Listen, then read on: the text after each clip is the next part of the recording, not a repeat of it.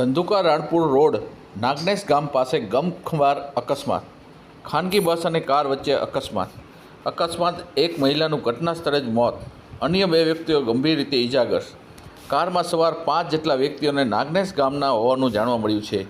ઇજાગ્રસ્તને Dhandhuka RMS હોસ્પિટલમાં ખસેડવામાં આવ્યા. ઘરે લગ્ન પ્રસંગ હોવાથી વરરાજાના મમ્મી બ્યુટી પાર્લર પર ગયા હતા.